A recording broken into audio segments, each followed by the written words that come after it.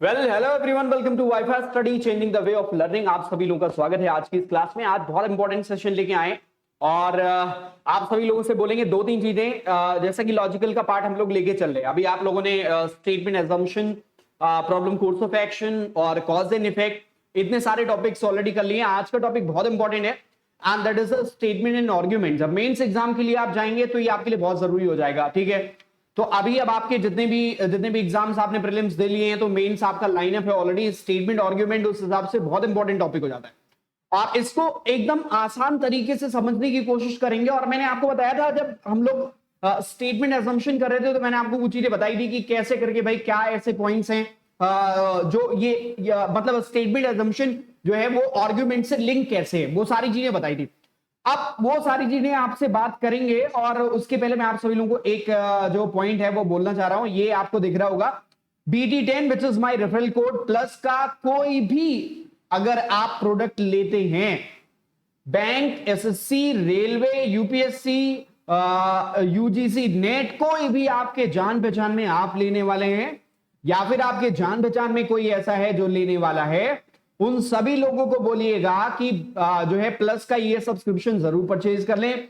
कोई भी जो जो आपको लेना है तो BT10 का इस्तेमाल जरूर करें। BT10 लगाते ही आपको दिखेगा वहां पे जो प्राइस होगा उसमें 10% का ऑफ मिल जाएगा। अब आपके दिमाग में आ रहा होगा कि बैंक, SSC और इन सभी लोगों के लिए प्लस की जरूरत क्या है, एग्जाम्स तो निकल चुके हैं। मैं आपको एक बात बोलूंगा, आगे आपका जो 2 एग्जाम लाइनअप है, प्रोबेबली आपका जो है SBI अगर आगे अगर वो CT में तो इंक्लूड होने के चांसेस उसके कम है। अगर होता है तो ठीक है, नहीं तो SBI और रिजर्व बैंक ऑफ इंडिया, ये 2 एग्जाम्स तो आपके आने वाले लाइनअप है आगे।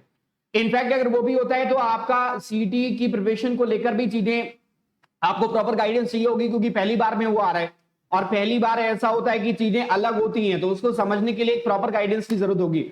1 ईयर का या फिर 2 ईयर का मैं आप सभी लोगों से बोलूंगा। बिल्कुल कॉस्ट आप देख रहे हैं और अभी फी स्ट्रक्चर में इंक्रीमेंट भी होने वाला है जैसा कि अनाउंसमेंट आया है, तो जितनी जल्दी हो सके इसको परचेज कर लीजिएगा। प्लस का सब्सक्रिप्शन 10% का ऑफ मिल जाएगा। बसंत त्रिपाठी नाम से एजुकेटर के रूप में अनअकैडमी ऐप पे मैं मिल जाऊंगा और बैंकिंग सेगमेंट में बेसिकली मैं आपको दिखूंगा। तो बैंक सेगमेंट में जाके इस जगह पे सर्च कर लीजिएगा। इस जगह पे सर्च करने के पीछे रीजन मैं बोल रहा हूं, उस जगह पे फॉलो कर लीजिएगा। रीजन ये है कि ये जो मेरा YouTube का शेड्यूल है, एक 6 PM ये वाला जो अभी चल रहा है, मंडे से लेकर फ्राइडे तक ज्यादा ही ज्यादा है। 9 PM मंडे से फ्राइडे जस्ट पजल प्रीमियर हो रहा है, ठीक है ना। ये तो अनअकैडमी का एक ऐप जो चैनल है YouTube पे जस्ट पजल नाम से, उसको जरूर जाके सब्सक्राइब कर लीजिए। मेरे वीडियोस, उसके अलावा बहुत सारे मेंटर्स हैं जिनके वीडियोस आपको वहां पे मिलेंगे। और वो पजल आपको पता ही है, मेन सब आ रहा है तो पजल के बिना कुछ होने वाला नहीं है। ये काम बहुत जल्दी कर लीजिएगा, ठीक है ना। फिर मेरा शेड्यूल जो ऐप पे है 7:30 PM पे, अभी ये आज 8 PM पे है, ठीक है ना। 8 PM IBPS clerk booster start हो रहा है और 5 PM पे लाइव मेंस मेनिया मतलब मेंस के हिसाब से ही हम चीजों को लेके चलेंगे। वहां पे वे टॉपिक्स जो मेंस के हिसाब से बहुत इंपॉर्टेंट आते हैं उसको कवर करेंगे यहाँ पे। आज 5 PM पे, वो 5 to 6 PM पे हम लोग यहाँ पे मिल रहे होंगे, ठीक है ना। और बहुत सारे मेरे सेशंस लगे हुए हैं जिसको जाके आप लोग देख सकते हैं। चलिए सेशन में चलते हैं और अब हम लोग स्टार्ट करेंगे स्टेटमेंट एंड आर्ग्यूमेंट। आपको पता है कि लॉजिकल का ये जो पार्ट है ना बहुत क्रूशियल हो जाता है और ज्यादातर लोग इससे घबराते हैं। अगर आप इसको कर लेगा तो आपके पास एज होगा बाकी सभी लोगों से। जल्दी कोई पजल भी बना लेगा, लेकिन बहुत सारे लोग लॉजिकल के पार्ट को या फिर इस वाले हिस्से को जो है वो उससे घबराते हैं, दूर रहते हैं, नहीं सॉल्व करते, अटेम्प्ट नहीं करते। तो आप लोग अगर इसको कर ले जाओगे तो डेफिनेटली आपके पास एज रहेगा बाकी सभी लोगों से और उसी की जरूरत है एग्जाम क्वालिफाई करने के लिए। आगे बढ़ते हैं। स्टेटमेंट एंड आर्ग्यूमेंट के बारे में कुछ पॉइंट्स यहां पे लिखे हुए हैं, ये सारी चीजें आपको बताऊंगा मैं जब हम लोग आएंगे। 2 तरीके से आर्ग्यूमेंट होता है। आर्ग्यूमेंट बेसिकली होता क्या है, आपने देखा होगा बहस। अभी आप टीवी चैनल्स पे देखो बहुत ज्यादा जो है झों होता है, तो वो इस तरीके की जो चीजें होती हैं that is known as argument. तो आर्ग्यूमेंट क्या होता है, किसी चीज में बहस करना, अपना जो है व्यू पॉइंट रखना किसी चीज पे। और जब आप व्यू पॉइंट रखते हैं तो या तो किसी चीज के सपोर्ट में अपना व्यू रखते हैं या फिर अगेंस्ट में रखते हैं, यही 2 बात करते हैं ना। तो जब आप सपोर्ट में करते हैं तो आप उसके सपोर्ट में उसको मजबूती देने के लिए, आपने जैसे कोई बात कही, ठीक है ना, कोई बात आपने कही और आपकी बात को मजबूती देने के लिए जो है वो, जैसे अभी एक एग्जाम था जिसको जो है वो पोस्टपोन करने की बात हो रही थी, तो अगर आप कह रहे हैं कि क्या वो पोस्टपोन होना चाहिए, ऐसा करके आपके पास एक स्टेटमेंट आ गया और आप उसके फेवर में जाएंगे या फिर अगेंस्ट में जाएंगे, ठीक है। तो जब आप फेवर में जाएंगे कि हाँ ये पोस्टपोन होना चाहिए, तो उसके पीछे आप अपनी बात को, मतलब अपने व्यू पॉइंट को मजबूती देने के लिए कुछ तथ्य रखेंगे कि नहीं रखेंगे, जिससे अगला जो सुन रहा हो वो कन्विंस हो जाए। तो जो वो तथ्य आप रखते हैं ना, वो बहुत मैटर करते हैं आर्ग्यूमेंट में। और कई बार इसीलिए आपने देखा होगा आर्ग्यूमेंट में आपको लिखना होता है यस या फिर नो, मैं इसके फेवर में नहीं हूं, अगेंस्ट में हूं। तो अगेंस्ट में हूं तो उसके पीछे एक प्रॉपर रीजन का होना जरूरी है, और जो वो रीजन होता है वही आपके आर्ग्यूमेंट को स्ट्रेंथ प्रोवाइड करता है। और यहीं पे कुछ क्वेश्चन जब मेंस की बारी आएगी, जब हाई लेवल क्वेश्चंस होते हैं, तो स्ट्रॉन्ग करने वाला और वीक करने वाले भी आर्ग्यूमेंट्स वहां पे आते हैं, उसके बारे में भी बात करेंगे। तो हमेशा याद रखेंगे, फेवर में बात करना मतलब अपने आर्ग्यूमेंट को स्ट्रॉन्ग करना। अगर आप अपनी आर्ग्यूमेंट को जो है वो उसके पीछे जो तथ्य रख रहे हैं, अगर आप वो प्रॉपर या फिर एक स्टेबल जो है वो पॉइंट नहीं रख पाते हैं, बैकअप नहीं कर पाते हैं, आपने कह तो दिया कि वो पोस्टपोन होना चाहिए, लेकिन उसके बाद आपके पास रीजन, कोई ऐसा पुख्ता रीजन नहीं है जिससे आप अगले को कन्विंस कर पाए, तो उसका मतलब आपका आर्ग्यूमेंट उस कंडीशन में क्या हो जाएगा, that will be a weak argument, right ना। तो चाहे फेवर में जाएंगे चाहे अगेंस्ट में जाएंगे, वो आपको स्ट्रेंथ प्रोवाइड करने के लिए और वीकनेस देने के लिए वो देखना पड़ेगा। अब जब हम लोग कंबाइन वाले टाइप के क्वेश्चंस करेंगे तो आपको ज्यादा बेहतर चीजें समझ में आएंगी, ठीक है ना। चलो अब आते हैं कि स्ट्रॉन्ग आर्ग्यूमेंट्स कौन कौन से होते हैं और किस परिस्थिति में आर्ग्यूमेंट स्ट्रॉन्ग होता है। अब मैंने आपसे कहा था, जब मैंने एजम्पशन कराया था, तो मैंने एजम्पशन में कहा था कि एजम्पशन में कई सारी चीजें होती हैं जो अनसेड होती हैं, जो आप कहते नहीं है, जब पूछा जाएगा तो बताएंगे। अगर आपने एजम्पशन नहीं देखा है तो देख जरूर लीजिएगा। आर्ग्यूमेंट में क्या होता है, जब आप किसी के पक्ष में बात करते हैं या विपक्ष में बात करते हैं, तो उस कंडीशन में आप एक सॉलिड रीजन के साथ आते हैं, एक वैलिड पॉइंट के साथ आते हैं और फिर अपने पॉइंट को बैंग करते हैं। जब ऐसा आप करते हैं ना, तो वो उसमें क्या होता है ना, कन्विंसिंग पावर बढ़ जाती है। तो वो जो आपके द्वारा बात रखी जाएगी वो ज्यादा कन्विंसिंग हो जाएगी। कई बार आपने देखा होगा कि किसी के सामने आपको कोई बात रखनी है तो आप बहुत तैयारी करके जाते हैं। तैयारी करने का क्या मतलब हुआ कि आप जो रीजन मेंशन करेंगे वो रीजंस ऐसे सॉलिड होने चाहिए, ऐसे तथ्यों पर आधारित होने चाहिए कि एक बार में अगला व्यक्ति उसको एक्सेप्ट कर ले, राइट। बताओ, यही काम करते हैं जब आप आर्ग्यूमेंट करते हैं, जब किसी के सामने अपनी बात रखने जाते हैं, किसी से कोई चीज मनवाने जाते हैं। मनवाने का मतलब हुआ अपने तर्क को एक्सेप्ट करवाना, ठीक है ना। और वो कब होगा, जब आपको आर्ग्यूमेंट के पीछे जो रीजन है, जिसे आप एक्चुअल आर्ग्यूमेंट कहते हैं, अगर वो स्ट्रॉन्ग रीजन होगा तो अगला कन्विंस हो जाएगा। पूरा खेल यहां पे आर्ग्यूमेंट में कन्विंसिंग का है, और कन्विंस करने के लिए सॉलिड रीजंस होने चाहिए। रीजंस में क्या क्या चीजें आती हैं वो देख लीजिएगा। कई बार आप अपने आर्ग्यूमेंट में कुछ यूनिवर्सल ट्रुथ्स का इस्तेमाल करते हैं। अगर आपने यूनिवर्सल ट्रुथ का सही से इस्तेमाल किया, लाइक अगर आप कोई बात कहते हैं और उसमें यूनिवर्सल ट्रुथ है, उसके सपोर्ट से वो बात कहते हैं, तो वो आपका आर्ग्यूमेंट हो जाएगा, वो स्ट्रांग हो जाएगा। ऐसे ही एनालाइज्ड ट्रुथ होता है। अब ये क्या होता है इसके बारे में आगे मैं आपको एग्जांपल के जरिए समझाने की कोशिश करूंगा। आप देखो, ये पूरा का पूरा जो सेशन है ये पूरी तरीके से आपको सुनने वाला सेशन है, ठीक है। ध्यान से सुनेंगे तो आपको समझ में आएगा और मजा आएगा। तो एनालाइज्ड ट्रुथ अगर इस पे आधारित या इसको बैक करके, इसके द्वारा बैक किया गया है आपका आर्ग्यूमेंट, तो उस कंडीशन में भी आपका आर्ग्यूमेंट जो है वो एक स्ट्रॉन्ग आर्ग्यूमेंट हो जाता है। कई बार आपके आर्ग्यूमेंट में एक्सपीरियंस, आप रीजन में अपने कुछ एक्सपीरियंस वाली बात को मेंशन करते हैं कन्विंसिंग होने के लिए, तो उस कंडीशन में भी जो है वो आपका आर्ग्यूमेंट जो होता है वो एक स्ट्रॉन्ग आर्ग्यूमेंट हो जाता है। चलो यहां पे आते हैं कि what is actually universal truth. If any argument is universally accepted, बात समझना, if any argument is universally accepted and it cannot be denied also, it has link with the statement, then it will be considered as a strong argument. What it means, कहता है कि एक ऐसा argument जो universally accepted हो, ठीक है, जैसे दिन में आपको गर्मी के मौसम में बाहर नहीं जाना चाहिए। अब आपने कैसे कह दिया कि दिन में नहीं जाना चाहिए, अब आपने एक आर्ग्यूमेंट दिया, हां नहीं जाना चाहिए, आप उसके फेवर में कह, और आपने फेवर में कहा कि एक्चुअली दिन में आप जाएंगे, सन सबसे ज्यादा पीक पे होता है, बहुत ज्यादा हीट होती है, जिससे आपका स्वास्थ्य खराब हो सकता है। तो भाई सन होता है, दैट इज यूनिवर्सली एक्सेप्टेड, और सन से हीट जनरेट होती है, यूनिवर्सली एक्सेप्टेड। राइट ना। तो ऐसा जब आप यूनिवर्सल ट्रुथ को आपका बैकअप लेकर अगर किसी बात को सामने रखते हैं तो उस कंडीशन में आपका जो आर्ग्यूमेंट है वो स्ट्रॉन्ग आर्ग्यूमेंट हो जाता है और वो एक्सेप्टेड हो जाता है। तो ये कहीं ना कहीं कुछ उसी तरीके से बात करने की कोशिश कर रहे हैं। यहां पे लिखा हुआ example, computer is beneficial for us, कह रही है कि कंप्यूटर अपने लोगों के लिए बेनिफिशियल है। द आर्ग्यूमेंट इज यूनिवर्सल, ये क्या है, यूनिवर्सली एक्सेप्टेड है and it will be generally accepted, मतलब सामान्य रूप से क्या है, इसको स्वीकार किया जाता है। तो अगर आप किसी ऐसी अपनी बात को रखने के लिए ऐसे किसी फैक्ट का इस्तेमाल करते हैं, यूनिवर्सल ट्रुथ का इस्तेमाल करते हैं जो यूनिवर्सली एक्सेप्टेड हो, तो उस कंडीशन में आपका जो आर्ग्यूमेंट हो जाएगा वो स्ट्रांग हो जाएगा। बात समझ में आ रही है? चलो अब आगे बढ़ते हैं। एनालाइज्ड ट्रुथ क्या होता है, आगे हम लोग क्वेश्चन भी देखेंगे, राइट ना। एनालाइज ट्रुथ, एनालाइज वर्ड का इस्तेमाल किया गया, मतलब कोई ऐसी बात जो एनालिसिस के आधार पर रखी गई है। कई बार देखा होगा डिबेट्स में लोग क्या करते हैं कि वो अपनी बात रखने के लिए डेटा देते हैं, वो WHO का डेटा दे रहे हैं, यूनेस्को का डेटा दे रहे हैं, ये सभी डेटा देते हैं, बड़े बड़े ऑर्गेनाइजेशंस का डेटा। जो अब वो ऑर्गेनाइजेशंस कौन है, वो एनालिसिस करते हैं और एनालिसिस करने के बाद एक पॉइंट पे पहुंचते हैं जिसे आप रिसर्च कहते हैं, राइट ना। तो सर्वे भी कह सकते हैं उसे।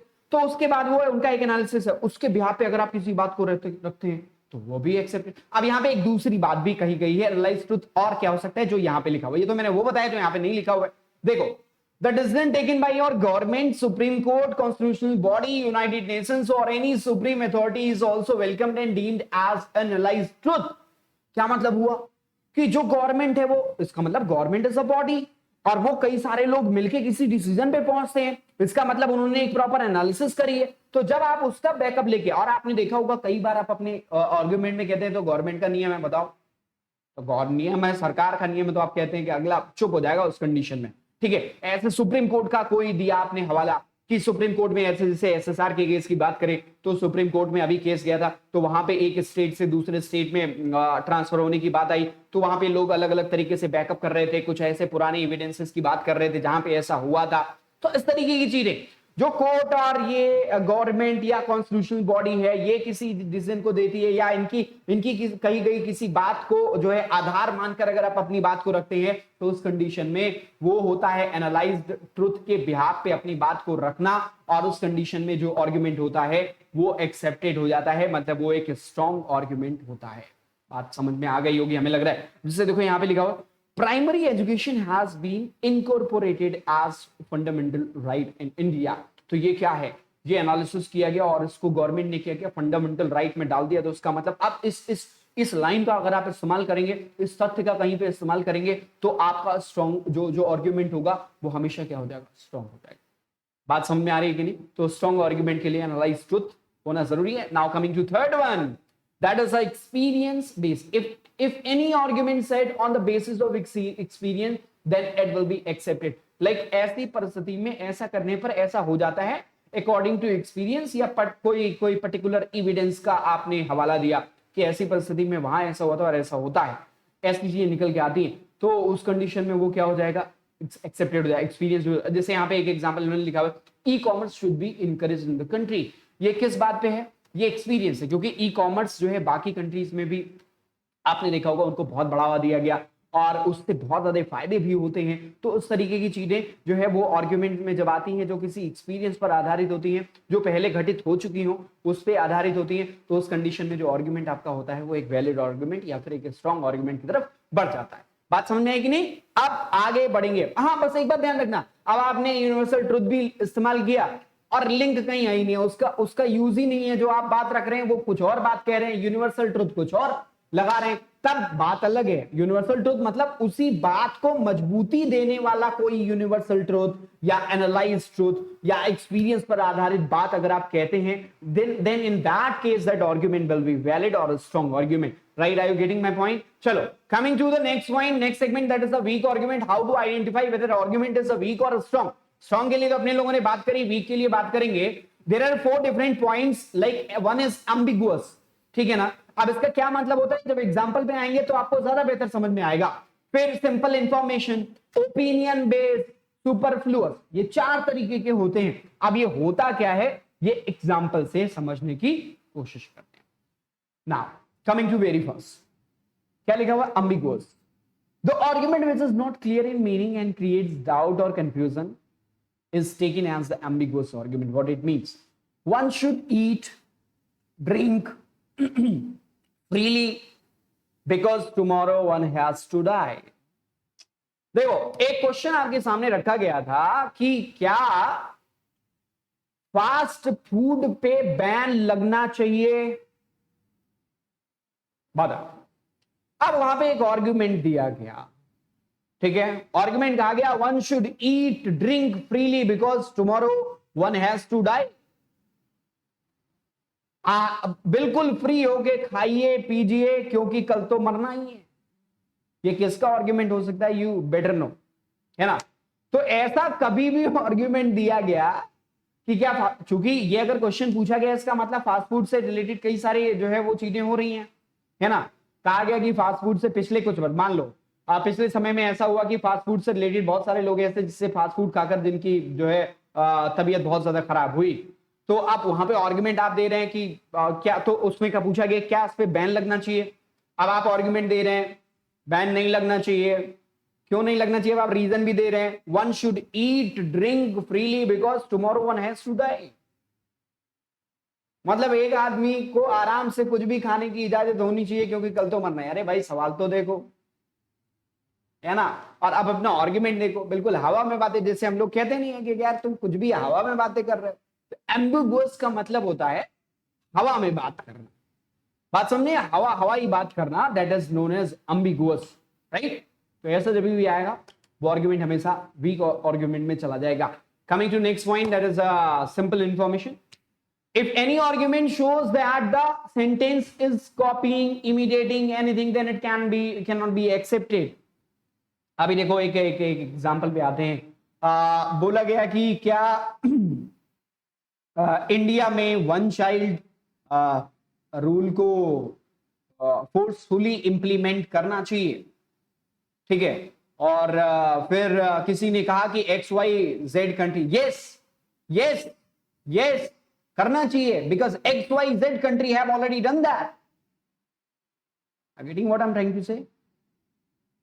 मैं क्या कहना चाह रहा हूं, देखो कह रहे कि क्या वन चाइल्ड पॉलिसी को इंडिया में फोर्सफुली इंप्लीमेंट करना चाहिए, और किसी ने आर्गुमेंट दिया हाँ करना चाहिए क्योंकि किसी XYZ कंट्री ने ऐसा किया है। अरे भाई आप एक बात का जवाब दो। आप देखो कई बार बचपन में ऐसा हुआ होगा, नहीं मतलब आप फेल नहीं हुए वो अलग बात है, मैं फेल हुआ था मान लो, तो मैं आया, ये हुआ 10th का रिजल्ट, नहीं 10th में तो नहीं फेल हुआ, पर कोई एक मान लेते हैं 10th का रिजल्ट आया और फिर उसमें बोला गया कि पिताजी ने पूछा कि भैया रिजल्ट क्या रहा? मैंने कहा कि वो पड़ोस में वेदमणि, पड़ोस में मोहन और वो हमारी क्लास का रोहित, ये सब फेल हो गए। पिताजी ने कहा कि तुम अपना बताओ अपना। मैंने कहा कि मैं भी फेल हो गया। खींच के चपाट, और ने कहा कि अगर वो कुएं में कूदेगा तो क्या तुम भी कुएं में कूदोगे? ये काउंटर आर्गुमेंट है। और उसके बाद आप निशब्द, आपके पास बोलने के लिए कुछ भी नहीं है। गेटिंग? तो जब भी आप सिंपली ये कह देते हैं कि वो ऐसा कर रहे हैं इसलिए हमें ऐसा करना चाहिए, या वहां ऐसा हो रहा है इसलिए हमें ऐसा करना चाहिए, विदाउट गिविंग एनी लॉजिक, तो कॉपी या इमिटेट की बात जब भी करेगा तो उसका विदाउट गिविंग एनी लॉजिक, कोई भी लॉजिक उसके पहले, अगर आप कॉपी करने की बात भी कर रहे हैं और उसके पीछे रीजन देते हैं, है ना, तब आपका आर्गुमेंट एक हद तक वैलिड हो सकता है, वो उसको स्ट्रेंथ मिल सकती है। जैसे मैं कहता कि वेदमणि, मोहन और रोहित हम सब साथ में पढ़ते थे और वो हमारे जो मास्टर साहब ये सब भी फेल हो गए। हमारे मास्टर साहब जो है वो पूरे एक साल में उन्होंने केवल 4 या 5 ही क्लास ली। अब जो बात हमने रखी ना अपनी, उसको रखने का तरीका, तो हमने कॉपिंग इमिटेशन की बात तो करी, लेकिन उस कंडीशन में हमने एक वैलिड रीजन भी रखा। तो हो सकता है कि इस कंडीशन में अगला सुन ले कि हाँ चलो ये कुछ बात सही कह रहा है, चलो उसको देखा जा सकता है या सोचा जा सकता है। तो हमेशा याद रखना कि आर्गुमेंट में इमिटेशन या कॉपी की बात कर रहा हो विदाउट गिविंग एनी लॉजिक, उस कंडीशन में आर्गुमेंट आपका इनवैलिड आर्गुमेंट हो जाएगा। लेकिन यहां पे एक लिखा हुआ है Sachin should take retirement from cricket because most of the cricketer at his age prefer to retire. ये क्या है भाई कि भाई हमें रिटायर, सचिन को रिटायर हो जाना चाहिए था। सचिन नहीं, विराट मान लो, यहां पे विराट मान लो है ना। Virat should take retirement from cricket because most of the cricketer at his age prefer to retire. तो उसकी एज पे क्रिकेटर जो है वो रिटायरमेंट ले लेते हैं, तो उसको भी रिटायर हो जाना चाहिए। ऐसी बातें करते। आप लॉजिक दीजिए, रीजन दीजिए। अगर वो अगला फिट है, अगर वो खेल सकता है, उसको लगता है वो खेलेगा, वो अच्छा परफॉर्म कर रहा है, वो सारे रीजन काउंट होंगे, ना कि आपका ये कि बाकी सभी लोग जो है वो इस एज पे रिटायरमेंट ले लेते हैं तो इनको भी ले लेना चाहिए। That's not right. बताओ, है ना। बस इसका मतलब कॉपी और इमिटेशन की बात जैसे कहते हैं सिंपल इंफॉर्मेशन, अगर ऐसा लिखा गया in that case argument will not be valid, it will be a weak argument because it shows that copy imitation and the sports person यहां पे लिखा गया। आगे बढ़ते हैं अगले वाले पॉइंट पे, that is the third one, that is opinion based. If there is any personal suggestion, personal opinion, personal comment, etc, then such type of argument considered weak argument. Like अगर आपसे पूछा गया कि क्या इंडिया में सभी industries को computerise कर देना चाहिए, मुझे लगता है ऐसा कर देना चाहिए, ये आर्ग्यूमेंट नहीं है आपका, ये आपका ओपिनियन है, ये आपका सजेशन हो सकता है, ये आर्ग्यूमेंट नहीं है। आपने अपने आर्ग्यूमेंट कोई रखे ना, हाँ क्योंकि मुझे लगता है, हाँ क्योंकि मुझे लगता है। अरे आप कौन है? मुझे लगता है ऐसे कुछ नहीं होता है, तुम्हें तो कुछ भी लगता है, रीजन दीजिए। तो if there is something known as opinion based, like this में सजेशन की बात कर रहा हूं, पर्सनल ओपिनियन, पर्सनल कमेंट की बात कर रहा हूं, उस कंडीशन में भी आर्गुमेंट, और वो आप पढ़ते ही समझ जाओगे, ठीक है ना। यहाँ पे एग्जांपल लिखो, relocation of factories out of the city is the only way to save our cities from the pollution. ये आपने अपना ओपिनियन दिया, कैसे पता चला? यहाँ पे ओनली। अब मैं आपको यहाँ पे एक पॉइंट बताऊंगा, कुछ वर्ड्स नोट कर लीजिएगा।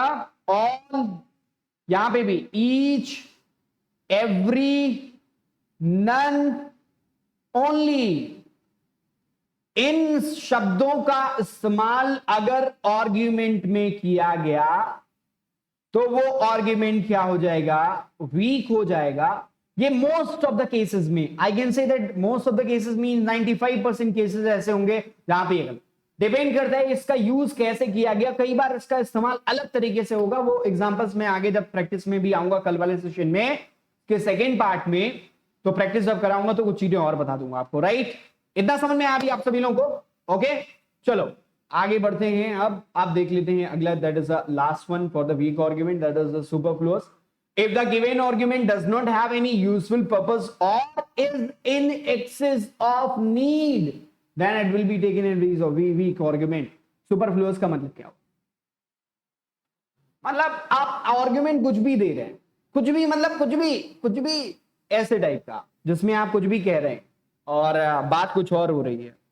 अभी क्या हो रहा था कि हम सभी लोग बैठे बैठे ये डिसीजन मतलब बात कर रहे थे कि यार ऐसा क्यों है कि भारत जो है वो ओलंपिक जैसे बड़े बड़े स्टेज पे गोल्ड मेडल और इन सब में वो पीछे रह जाता है, और एक छोटा सा बच्चा खुदकता हुआ आता है और वो कहता है पापा भारत में जो है वो सोना बहुत महंगा है, इसलिए हर स्पोर्ट्स पर्सन अफोर्ड नहीं कर सकता, इसलिए वो गोल्ड मेडल नहीं ला। इसको कहते हैं सुपरफ्लुअस, जिसका लिंक ही ना मिले उससे, एक्चुअल आर्गुमेंट जो चल रहा है, जो बात चल रही है उससे कोई लिंक ना मिले, then that will be a superfluous. क्या मतलब हुआ इसका? सुपरफ्लुअस, ठीक है। Import of foreign book should be banned, विदेशी किताबों को बैन कर देना चाहिए। अब रीजन दो, किस परिप्रेक्ष्य में कह रहे हो ये बताओ, तब पता चलेगा कि ये क्या है, किस परिप्रेक्ष्य में आप बात कर रहे हैं। सुपरफ्लुअस का मतलब हमारे एग्जांपल से आपको उम्मीद है समझ में आ गया होगा मैं क्या कहना चाह रहा हूं। Now, key points. The validity of argument depend on the reason given for the argument. That's what earlier I was saying कि अगर जो कोई आप सपोर्ट में बात कर रहे हैं, आप उसके अगेंस्ट में बात कर रहे हैं, तो उस कंडीशन में दोनों अलग अलग दिशा में अगर हैं, इस दिशा में अगर आप बात कर रहे हैं, देन जो भी रीजन आप मेंशन करो उसको बैकअप देने के लिए होना चाहिए, उसको स्ट्रेंथ प्रोवाइड करने वाला होना चाहिए, ठीक है ना। अगर आप नेगेटिव बात कर रहे हैं, आप किसी और दूसरे साइड में हैं, तो उस तरफ जो बात आप रखें वो आप उसके पीछे एक वैलिड रीजन, कन्विंसिंग रीजन रखने की जरूरत होती है। Getting my point? उम्मीद करता हूं कि अब आप सभी लोगों को स्टेटमेंट आर्गुमेंट काफी हद तक समझ में आएगा, क्योंकि मैंने कोशिश करी है कि बहुत जनरल लैंग्वेज में आपको समझाऊं। और इस वीडियो को लाइक जरूर करिएगा और शेयर जरूर कर दीजिएगा लोगों के बीच में। आगे बढ़ते हैं, अभी है अब आते हैं क्वेश्चन का फॉर्मेट किस तरीके से। एक फॉर्मेट के बारे में हम लोग बात करेंगे, जब एडवांस वाले क्वेश्चंस की तरफ आएंगे तो एडवांस लॉजिकल के क्वेश्चन कैसे बनते हैं उसमें जब ये पूरा टॉपिक कंप्लीट हो जाएंगे तभी वो कर पाएंगे। तो उसमें एक ही पैसेज दिया जाएगा, उसमें एजम्पशन भी रहता है, उसमें कॉज एंड इफेक्ट भी रहता है, उसी में आर्गुमेंट भी रहता है, उसी में प्रॉब्लम कोर्स ऑफ एक्शन भी रहता है, उसी में जो है ड्राइंग इन्फरेंस भी रहता है, वो सारी चीजें उसी में रहती हैं। तो उसके बारे में हम लोग बात करेंगे, आगे करेंगे, राइट ना। जब ये सारे जितने भी लाइनअप है ये एक बार एक कंप्लीट हो जाएंगे तो उस पर हम लोग आ जाएंगे। Now, standard instruction, if only argument 1 and 2 are strong, then first option. Second, if only argument 1 and 3 are strong. Third, if only argument 2 and 3 are strong. If only argument second is strong. देखो पहला strong तो पहला, ठीक है, पहला दूसरा। अब ये तीन वाले में जो जो जो क्वेश्चन हम लोग देख रहे हैं इस वाले में अलग ही ऑप्शन कई अलग अलग तरीके से आपको दिख जाएंगे, कोई दिक्कत नहीं है। अब आते हैं हमारे क्वेश्चन की तरफ। हाँ, इस क्वेश्चन को आप लोग पढ़ेंगे, समझने की कोशिश करेंगे, सॉल्व करने की कोशिश करेंगे, फिर मैं पॉइंट पे आता हूं। लिखा हुआ है, should the government roll back all the subsidies on petrol, diesel and cooking gas and allow the prices to be driven by market condition. एक बात हमेशा याद रखिएगा कि जब आप लॉजिकल का पार्ट कर रहे होंगे तो उस कंडीशन में आपका जो जनरल थोड़ा सा जो अवेयरनेस है वो होनी चाहिए, बिकॉज वो बहुत फैक्टर एनालाइज करने में और आर्गुमेंट जो दिया गया है उसको समझने में मदद करता है। और जब आप उसको अच्छी तरीके से समझ पाएंगे तो ही आप बेहतर कर पाएंगे इसमें परफॉर्म, ठीक है ना। तो should the government roll back all the subsidies on petrol, diesel in cooking gases and allow the price to be driven by market condition. एक व्यक्ति ऐसा होगा जो उसके फेवर में भी जा सकता है, एक व्यक्ति इसके अगेंस्ट में। आप अपना पर्सनल ओपिनियन लेके मत चलना कि मतलब फायदे की बात क्या है, वैसा लेके कतई नहीं चलेंगे। जो लिखा हुआ है उसी के हिसाब से हम लोग चलेंगे और उसको पढ़ेंगे, उसके पीछे के रीजंस को देखेंगे और देखेंगे क्या इन्होंने जो रीजन दिया है क्या वो एक कन्विंसिंग रीजन हो रहा है या फिर नहीं, इन्होंने जो आर्गुमेंट दिया है उसके फेवर में है कि नहीं है। तो सबसे पहले वाले को देखें अगर, तो यहाँ पे कहा गया कि क्या गवर्नमेंट को पेट्रोल, डीजल और कुकिंग गैस पे सभी सब्सिडी को हटा लेना चाहिए और उसको ऐसे कर देना चाहिए जैसे कॉम्पिटिटिव प्राइस। जैसे अभी देखें तो जो जो जो जो टेलीकॉम इंडस्ट्रीज में जैसे चल रहा है कॉम्पिटिटिव प्राइस है, अगला कम कर रहा है तो वो भी कम कर रहा है, वो डेटा दे रहे हैं वो डेटा दे रहे हैं, कॉम्पिटिट कर रहे हैं, वैसा कोई सब्सिडी नहीं है, ऐसा करके फ्री कर देना चाहिए, ऐसा ये इनके कहने का मतलब है। अब आते हैं पहले, yes this will largely help the oil companies to sell their product at competitive price. बताओ, this will largely help oil companies to sell their product at competitive price. बताओ ये आर्गुमेंट स्ट्रॉन्ग है या फिर नहीं, और या फिर जो जो ये इंफॉर्मेशन इन्होंने दी है क्या वो इतनी इंफॉर्मेशन है जिससे इनकी बात को मजबूती मिले, यही आपको जज करना है। इन्होंने कहा हाँ ये बहुत बड़े स्केल पर, और एक तो टर्म, ये ऐसे टर्म्स जब इस्तेमाल किए जाते हैं तो रीजन और गहरा होना चाहिए। This will largely help the oil companies to sell their product at competitive price. इससे क्या होगा, जो कंपनी जो जो कंपनीज हैं, ठीक है, उनको बहुत बड़े स्केल पे मदद मिलेगी कॉम्पिटिटिव प्राइस पे बेचने के लिए। तो क्या ये डिसीजन कंपटीशन ओरिएंटेड किया जा रहा है या फिर ये इतना कर देने से ही सारी चीजें शुरू हो जाएंगी? नहीं, अगर हम इस पूरे इंफॉर्मेशन को देखें तो इन्होंने एक क्रोनोलॉजी, जैसे लार्जली हेल्प, तो ये हेल्प कैसे होगी उसका हिंट देना चाहिए था। इन्होंने तो सिर्फ एक सिंपल इंफॉर्मेशन के रूप में रख दिया कि कॉम्पिटिटिव जो है एट कॉम्पिटिटिव प्राइस, मतलब अपने प्रोडक्ट्स को, कंपनीज को कॉम्पिटिटिव प्राइस पे बेचने में बहुत बड़ी मदद करेगा, ठीक है। तो ये मदद करेगा, लेकिन कैसे करेगा ये बात वहां पे होनी चाहिए थी जिसका जिक्र नहीं किया गया।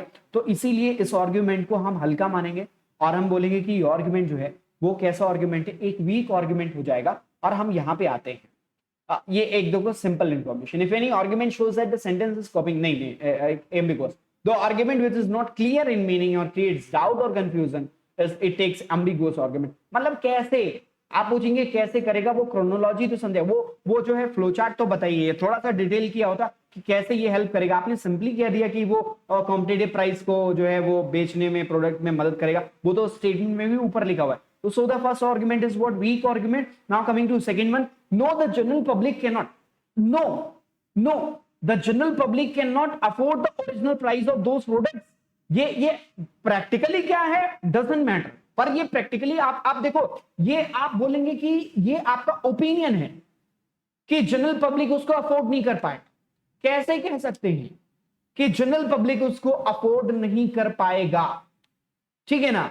तो अगर आपने इसके पीछे भी रीजन लगा के दिया होता तो हो सकता है एक बार के लिए सोच लेते। ये तो आपका एक ओपिनियन हो गया, या आपने सिंपल इंफॉर्मेशन दे दी कि भाई जनरल पब्लिक अफोर्ड नहीं कर पाएगी इसलिए नहीं करना। अरे क्यों, कैसे नहीं कर पाएगी, वो पूरा रीजन बताइए कैसे। आपको अगर रेफरेंस देते आप किसी रीजन का रेफरेंस जैसे कि जो है ऐसा टाइम चल रहा है जिसमें इकोनॉमिक कंडीशन मिडिल क्लास और लोअर मिडिल क्लास की एवरेज जो इकोनॉमिक कंडीशन है पर कैपिटा इनकम है वो ये है, कोई डेटा फैक्ट रख के आप बात कर रहे होते तो उस कंडीशन में तो उसको एक्सेप्ट कर लिया जाता। ठीक है ना? तो उस तरीके से देखें तो ये सेकंड वाला भी हमारे पास सही नहीं है, weak argument. Now coming to third, yes government needs to stop, ये भी opinion, government needs to stop subsidizing these products and channelize the money for development projects. ये आप तो अपनी सलाह दे रहे हैं कि गवर्नमेंट को जरूरत है कि वो जो ये पैसा है इसको हटाए और इस जगह पे लगी है। This is your opinion. Government is a body which works for public welfare and providing subsidy is a part of it। ठीक है ना? Working as for the public welfare, ये उसका एक पार्ट है। तो अब उसको चैनलाइज को और भी दूसरे तरीके के पैसे होंगे, वो पैसे कहीं से लगाया जा सकता है। तो आपने जो बात करी, आपने कहा needs to stop subsidizing, government को कर देना चाहिए, ये आप चाहते हैं। तो इसका क्या लिंक है ये आपको बताना चाहिए, है ना? तो ये आर्गुमेंट भी उस कंडीशन में, that will be a weak argument। Now moving towards the next question, I hope you're getting। A statement is given, should the government take over all small scale industries and provide them a special assistance? क्या government को सभी छोटी industries को जो MSMEs कहते हैं ना, उन इंडस्ट्रीज को जो है वो एक्वायर कर लेना चाहिए, टेक ओवर कर लेना चाहिए और उनको स्पेशल असिस्टेंस देना चाहिए? अब ये बढ़िया क्वेश्चन है। यहाँ पे पहले क्या, yes this should be done if government wants to control the unemployment। if condition, ऐसा करना चाहिए अगर गवर्नमेंट को जो है वो अनएम्प्लॉयमेंट कंट्रोल करना है। अगर गवर्नमेंट उसको टेक ओवर कर लेगा और वो स्पेशल असिस्टेंस देगा तो उससे अनएम्प्लॉयमेंट कंट्रोल कैसे होगा, इसका आप लिंक दीजिए। आपने कुछ नहीं बताया, बस आपने एक सिंपल इंफॉर्मेशन रख दी है। So the first argument that will be a weak argument। moving towards the second one, no government does not have expertise to handle such। कैसे कह रहे हैं आप कि गवर्नमेंट के पास एक्सपर्टीज नहीं है ऐसी चीजों को हैंडल करने के लिए? तो तुरंत जाओ भाई, आप गलत हैं आप। ठीक है। तीसरा, yes in this way employment and more production can be generated. ऐसी तरीके से, बिल्कुल। अब ये कैसे कह सकते हैं आप? स्मॉल और मीडियम स्केल जो इंडस्ट्रीज हैं या स्मॉल स्केल इंडस्ट्रीज हैं जिसको क्या गवर्नमेंट को टेक ओवर कर लेना चाहिए और सभी इन सबको ऐसा हो सकता है कि ऐसा करने पर जो है वो ज्यादा प्रोडक्शन हो जाए, क्योंकि गवर्नमेंट जो है वो रेगुलेट करेगी। तो हो सकता है देयर इज अ पॉसिबिलिटी, पर एक सॉलिड रीजन नहीं है। ठीक है ना? एक सॉलिड रीजन नहीं है। सो कहा गया in this way employment in more production can be generated. मुझे लगता है कि इस वाले में भी आपको एक सॉलिड रीजन अपनी बात को बैकअप करने के लिए और पॉइंट्स रखने की जरूरत थी। तो ये वाला भी जो है वो एक वीक आर्गुमेंट में ही काउंट होगा। उन क्या कहता है कोई फर्क नहीं पड़ता, लेकिन आपको सोचने की जरूरत है। Coming to next question, should the industries of high learning in India like IITs and NIMS be made totally free from government control? क्या इनको टोटली गवर्नमेंट कंट्रोल से फ्री कर देना चाहिए? Yes, such industries in the development countries are run by non government agencies. Copy, imitation, तो पहले ही गलत हो गया। आप सोचते होंगे सारे तो गलत ही हो रहे। No, government needs to regulate function of these industries. National interest needs words का इस्तेमाल किया गया, ये जरूरत है। It's kind of opinion, so this is also compulsion, so that is wrong. Coming to third one, no these industries are not capable of taking policy decision for the smooth. Not capable, ये कैसे आप कह रहे हैं? इसका reason नहीं दिया गया है। Reason should be there, which is not present. So this argument is also a weak argument, or you can say that is wrong. ठीक है ना? तो अब उम्मीद करता हूँ आपको समझ में आ रहा होगा। Now coming to next one, ये कुछ लोग कह रहे हैं ये क्या लिखा हुआ है चाइनीज में। ये एक्चुअली क्या है ना, वो हिंदी में था पर ये फॉन्ट सपोर्ट नहीं कर रहा है, इसलिए चलो कोई नहीं। Should the parliamentary elections in India be held on the gap of 2 years through the country? Through out the country. क्या पार्लियामेंट्री इलेक्शंस इंडिया में जो है वो 2 साल के गैप पे होना चाहिए? अभी तो 5 इयर्स का गैप है। तो yes, this is the only मैंने आपसे बताया था, ये एक लौता वे है, ओपिनियन बेस्ड होता है। जब आप अपनी तरफ से बात कह रहे होते हैं तब आप कह रहे होते हैं कि एक यही है, क्योंकि आपको वही सच लग रहा होता है। तो कहा गया there is the only way to control the corruption, so first one is what? wrong or weak argument. Now coming towards the second, yes, this will provide a proper ruling system in the country. Yes, इससे क्या होगा? एक proper ruling system। भाई proper ruling system क्या है, पहले तो ये आप बताओ, और proper ruling system को ये कैसे जो है वो चलेगा, ये आपको बताना है। 5 साल में proper ruling system नहीं हो पा रहा, 2 साल में proper ruling system होगा, कैसे होगा ये आपको बताना पड़ेगा, which is not mentioned. So that is also a weak argument. Coming to third one, no, some other countries hold election after 2, no, ये देखो ये भी some other countries hold election after 2 years, और यहाँ पे तो दोनों उल्टी बात कह रहे हैं। यहाँ पे एक तो नो कह रहे हैं और फिर ये उस अपनी बात के अगेंस्ट में बोल रहा है, तो ये वाला आर्गुमेंट भी क्या हो जाएगा? That will be a weak argument. Now coming towards the next question, और ये आपके सामने रहा, इस वाले क्वेश्चन को आपको देखना है और फिर इसके बाद हम लोग फाइनल पॉइंट पे आ जाएंगे। दिस इज योर कॉल, और ये आपके लिए है होमवर्क क्वेश्चन, और इस वाले क्वेश्चन का जो आंसर है कमेंट बॉक्स में आप लोग टाइप करके बताएंगे what will be right for this question. इस क्वेश्चन में कौन से आर्गुमेंट सही होंगे, कौन से गलत होंगे। हालांकि मैं थोड़ा सा हिंट दे रहा हूँ, should there be a common pay structure of the central government and all the private unit employees in the country? No, each private unit should have the freedom to decide pay structure of its employees. ध्यान से समझिएगा, इन्होंने एक सही बात कही है। दूसरा लिखा हुआ, know the workload and responsibilities of central government and private unit employees differ and hence there should be a different pay structure। बिल्कुल सही, इन्होंने बहुत मतलब उस स्ट्रक्चर वे में इन्होंने सारी बात कही है, और वर्किंग कल्चर को लेकर इन्होंने बात कही और उसके पीछे उन्होंने रीजन भी मेंशन किया है, तो ये एक वैलिड पॉइंट की तरफ जा सकता है। Coming to third one, yes, all the government employees and private employees should be treated equally irrespective of their working and with central government and private unit. अब ये क्यों ऐसा होना चाहिए, इन्होंने बाकी सारी बातें, third one is opinion based, तो ये तो गलत हो ही जाएगा। बाकी अब आपको आंसर करना है पहले और दूसरे में से कौन सा सही है। Okay, that is your homework question, और इसका कमेंट बॉक्स में यहाँ पे जरूर जो है वो आप टाइप करके बताएंगे। इससे रिलेटेड कुछ और क्वेश्चंस को हम लोग करेंगे और कल की डेट में प्रैक्टिस क्वेश्चन करेंगे। आज के लिए इतना ही था, और ये बीडी टेन जिससे आपको 10% का कोई भी प्लस का आप बैच लेते हैं तो उससे आपको ऑफ मिलेगा। इस वीडियो को शेयर जरूर कर दीजिएगा, कॉमेंट बॉक्स में आप लिख भी जरूर दीजिएगा, और फिर इसके बाद जो मेरा शेड्यूल है दैट इज यूट्यूब पे 6 PM ये जो अभी चल रहा है वाईफाई स्टडी बैंक एग्जाम पे, मंडे टू फ्राइडे 9 PM पे जस्ट पजल चैनल पे प्रीमियर होता है मंडे टू फ्राइडे, तो उसके लिए भी तैयार है ना, ठीक है ना। तो आज के लिए बस इतना ही, thank you so much watching this video. और लेकिन हाँ, ये अनअकैडमी ऐप पे मुझे फॉलो जरूर कर लेना है, क्योंकि ये 8 बजे आ जाए, ठीक है ना, 8 PM। ये 5 PM वाला तो हो चुका है, 5 PM लाइव मेंस मेनिया, और उसमें मैंने जो है वो टॉपिक स्टार्ट किया अभी, उसमें भी लॉजिकल से ही स्टार्ट किया। उम्मीद करता हूँ आप सभी लोगों को अच्छा लगेगा। आज के लिए बस इतना ही, thank you so much watching this video, all the best, bye bye and take care, thank you.